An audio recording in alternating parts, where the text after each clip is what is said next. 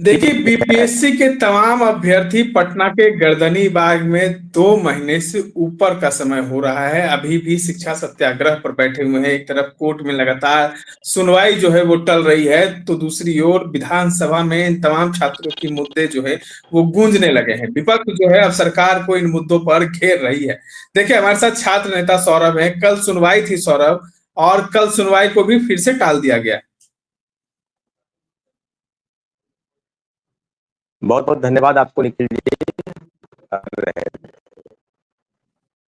ये जो याचिका दायर है उसमें हम लोग की सुनवाई हम लोग कोर्ट में गए थे, लेकिन न्याय का जो हम लोग के साथ कोर्ट में एविडेंस के साथ ही हम लोग के पक्ष में फैसला आएगा।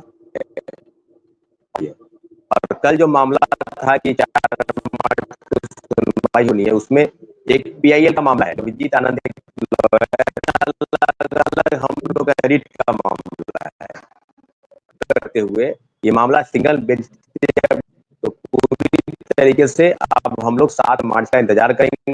बाग में भी बैठे हैं, लगातार सरकार से कोई सुनने वाला नहीं है। विधानसभा में जो नेता प्रतिपक्ष है तेजस्वी यादव या कांग्रेस के नेता, जो भी विपक्षी पार्टी के नेता है, कम्युनिस्ट पार्टी के नेता, सभी लोग उन लोग भी अपने तरीके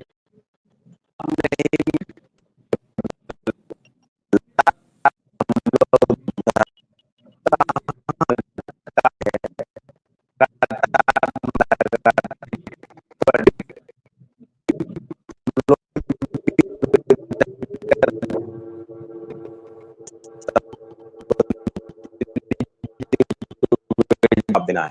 तो लगातार हम लोग धरने में भी बैठे हैं। उसकी वजह क्या है, ये बात आप निखिल जी बखूबी जानते हैं, पूरा देश जानता है कि बीपीएससी अभ्यर्थियों के साथ गलत हुआ है। रवि परमार, मनु भाई गलत नीतियों के शिकार बीपीएससी के अभ्यर्थी हुए हैं। कल तेजस्वी यादव ने एक बात कही थी कि हमने 2-2 बार पत्र लिखा, लेकिन सरकार की तरफ से, मुख्यमंत्री की तरफ से जो है वो अब तक कोई जवाब नहीं आया है। क्या मुख्यमंत्री सिर्फ कहने के नाम के लिए जो है युवाओं के साथ है?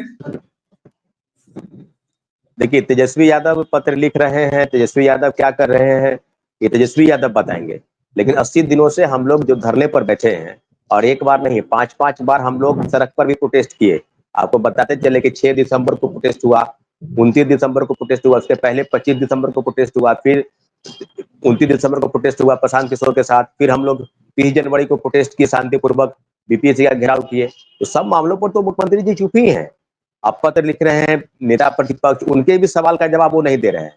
तो ये तो बात बिल्कुल सही कि मुख्यमंत्री जी शारीरिक रूप से स्वस्थ हैं, कई सरकार के कार्यक्रम में, सरकारी कार्यक्रम में वो जाते हैं, परंतु मानसिक स्थिति उनकी कैसी है ये बात तो आप भी जानते हैं, हम लोग भी जानते हैं कि बोलना कुछ है, बोलते कुछ है। अब क्या वजह है कि वो चुप्पी साध रखे हैं? जो उनके इर्द गिर्द मंत्री परिषद के कुछ साथी हैं, जो जिनको बता रखे हैं कि बीपीएससी के मुद्दे पर कुछ नहीं हो रहा है, बीपीएससी बिल्कुल सही काम कर रही है। तो एक बार हम लोगों से भी तो मुलाकात हो जाती। अगर 5 मिनट के लिए मुख्यमंत्री जी मिल लेते, फिर हम लोग सारी बातों को उनको शेयर करते कि हाँ क्या क्या समस्या हुई है।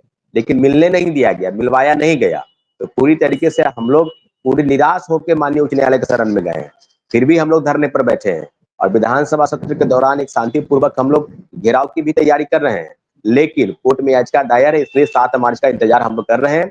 7 मार्च के बाद एक विधिवत किसी भी प्रकार से हम लोग शांतिपूर्वक विधानसभा के बाहर एक घेराव करने का प्रयास करें, क्योंकि जवाब आपको देना है, आपको चुप्पी तोड़नी है। और लगातार आप डंका पीट रहे हैं कि फिर हम 25 में आएंगे, हम 20 साल से, आप बड़े भाई 20 साल से तो आप ही मुख्यमंत्री हैं, 25 में आप आएंगे इसकी गारंटी आप ले लिए। लेकिन युवा जो हम लोग बैठे हुए धरने पर, इसकी कोई गारंटी नहीं लेगा। 200 एसडीएम और 136 पद जो डीएसपी के हैं, बीपीएससी की सबसे बड़ी बहाली, उसको बेचने की तैयारी है। रवि परमार, मनु भाई क्या बताएंगे? वो तो खुद भी संदिग्ध व्यक्ति है, जिनकी नियुक्ति को लेकर माननीय उच्चतम न्यायालय में याचिका दायर है। वो व्यक्ति किस तरह से सही फैसला करेगा? निश्चित रूप से निखिल जी, क्या लगातार हम लगता लोग है आप लोग को लेकर जो है कई जगहों से जो पीआईएल और रीट फाइल लगातार हुई, इससे कारण आपकी मामले को सुनवाई में विलंब हो रहा है? नहीं नहीं, ये बीपीएससी की गलत नीति, बीपीएससी और सरकार पहले छात्रों अभ्यर्थियों के मुद्दे को डाइवर्ट करने का प्रयास की, कभी पॉलिटिकल पार्टी का एजेंडा बताकर, कभी बता रहे हैं कि कुछ मुट्ठी भर लोग बैठे हैं, और जब आज कोर्ट में गए हैं तो इसको मामले को टाल मटोल किया जा रहा है। कभी जज साहब छुट्टी पर चले जाते हैं, कभी वकील जो है, जो बीपीएससी की तरफ से जो लॉयर है वो चले जाते हैं, महाधिवक्ता ये जो है पीके शाही, वो कभी छुट्टी पर चले जाते हैं। कभी कोई शादी विवाह में इंगेज हो जाता है। तो मामला ये है कि लटकाना है मामले को।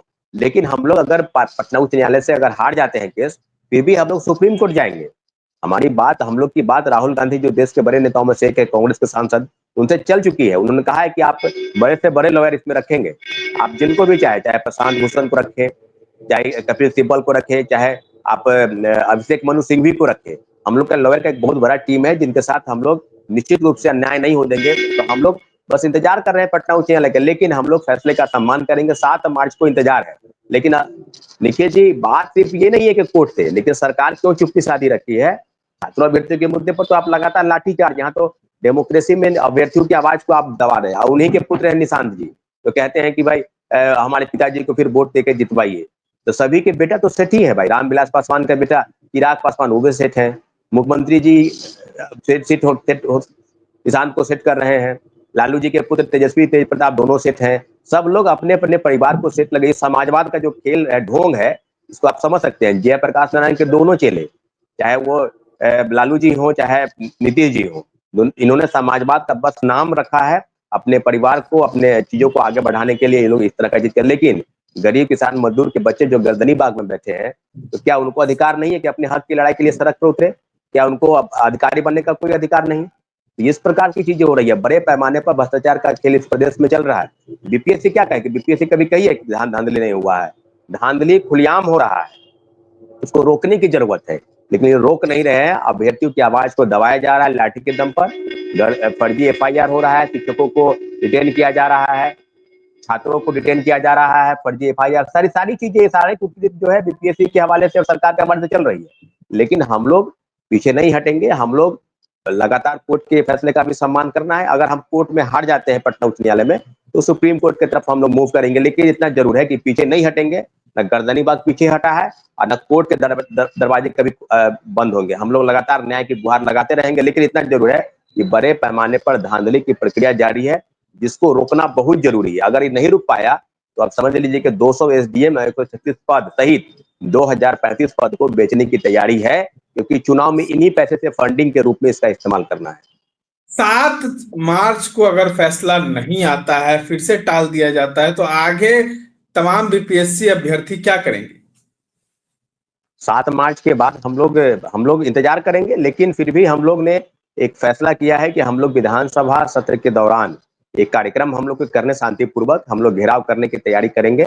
लेकिन इतना जरूर है कि मुख्यमंत्री जी को जवाब देना होगा। अगर अगर बीपीएससी गलत कर रही है, सदन में भी आवाज उठ रहा है, तो फिर आप चुप्पी क्यों साधे हैं? आप बताइए कि क्या गड़बड़ी हुई है। हम लोगों से तो मुलाकात नहीं कर पाए, तो कम से कम विधानसभा सत्र के दौरान ही कह दीजिए। लेकिन इतना जरूर है कि सदन के बाहर या सदन के अंदर आपको जवाब देना होगा। सदन के बाहर हम लोग घेराव की तैयारी कर रहे हैं पूरी तरीके से। 7 मार्च के बाद उसकी रूपरेखा तैयार हो जाएगी और पूरी तरीके से हम लोग सड़क पर उतरेंगे। जी, कल कल जो है तमाम विपक्ष के नेताओं ने कहा है कि हम लोग सदन में जो है वो बीपीएससी का मुद्दा पुरजोर तरीके से उठाएंगे। कल हमारा मुद्दा जो है बीपीएससी 17वीं री एग्जाम का ही होगा। बहुत बहुत धन्यवाद उन लोगों को। हम लोगों ने पहले से भी कर रखा है। सारे कम्युनिस्ट पार्टी के नेता, चाहे संदीप सौरभ हो, चाहे कॉमरेड अजय कुमार, चाहे और भी नेता, सूर्यकांत पासवान से लेकर और महबूब आलम, सभी लोगों से हम लोग ने मुलाकात रख रखी है। प्रतिपक्ष नेता तेजस्वी यादव की भी भूमिका है, राबड़ी देवी पूर्व मुख्यमंत्री, उनकी भी भूमिका है। तो सारे लोग, कांग्रेस के भी कई नेता जो है इसको उठाने का प्रयास कर रहे हैं। तो हम लोग तो सब लोगों से मुलाकात कर ही चुके थे और लगातार उनका कहना है। तो कल बीपीएससी का मुद्दा अगर इस बात पर रहता है, तो मुख्यमंत्री जी को जवाब देना होगा सदन में कि आखिर क्यों इस तरह की चीजें हो रही है। तो हम लोग इंतजार करेंगे। जो इन लोगों ने उठाया है, सभी को छात्र अभ्यर्थी की तरफ से बहुत बहुत साधुवाद भी, उनको प्रणाम भी कहेंगे कि निश्चित रूप से अभ्यर्थियों के साथ गलत हुआ है, इसलिए हम लोग धरने पर बैठे हैं। और धरने पर बैठने का कोई शौक नहीं है, मजबूरी है। और मजबूरी है इसलिए क्योंकि अभ्यर्थियों के साथ, बीपीएससी अभ्यर्थियों के साथ गलत हुआ है। रवि परमार मनु भाई जो बीपीएससी के चेयरमैन है, उनकी गलत नीतियों के शिकार बीपीएससी के अभ्यर्थी हम हुए हैं और मुख्यमंत्री जी चुप हैं। बहुत बड़ा सवाल है कि बाकी मुख्यमंत्री जी चुप क्यों है। सारे मामलों पर उनको संज्ञान लेना है। पहले भी छात्र हित में वो संज्ञान लिए हैं, लेकिन इस मामले में अभी तक चुप्पी साध रखे हैं। तो हम लोग को जवाब देना है। युवाओं की बात करते हैं, नौकरी की बात करते हैं, लेकिन गर्दनी बात की युवा पर आपका कोई ध्यान नहीं है। महामहिम राज्यपाल से लेकर मुख्य सचिव तक सभी लोगों से हम लोग ने मुलाकात कर रखी थी, लेकिन अभी तक कोई मामला आगे तक नहीं बढ़ा है। बस मामले को रफा दफा करना है। इस मामले को लेकर इसलिए हम लोग कोर्ट गए हैं और कोर्ट से निश्चित रूप से उम्मीद है, न्याय की उम्मीद है, न्याय की गुहार लगा रहे हैं। लेकिन सरकार की चुप्पी बहुत बड़ा इशारा करती है। ये खेल चल रहा है खेल के पीछे कौन है, ये बात आप लोग भी जानते हैं, हम लोग भी जानते हैं। सारी सीटों को बेचने की प्रक्रिया जारी है। चलिए, तमाम बातों को आप सुन रहे थे हमारे साथ छात्र नेता सौरभ। इस तरह के तमाम अपडेट्स के लिए बने रहे इनसाइडर लाइव के साथ। धन्यवाद।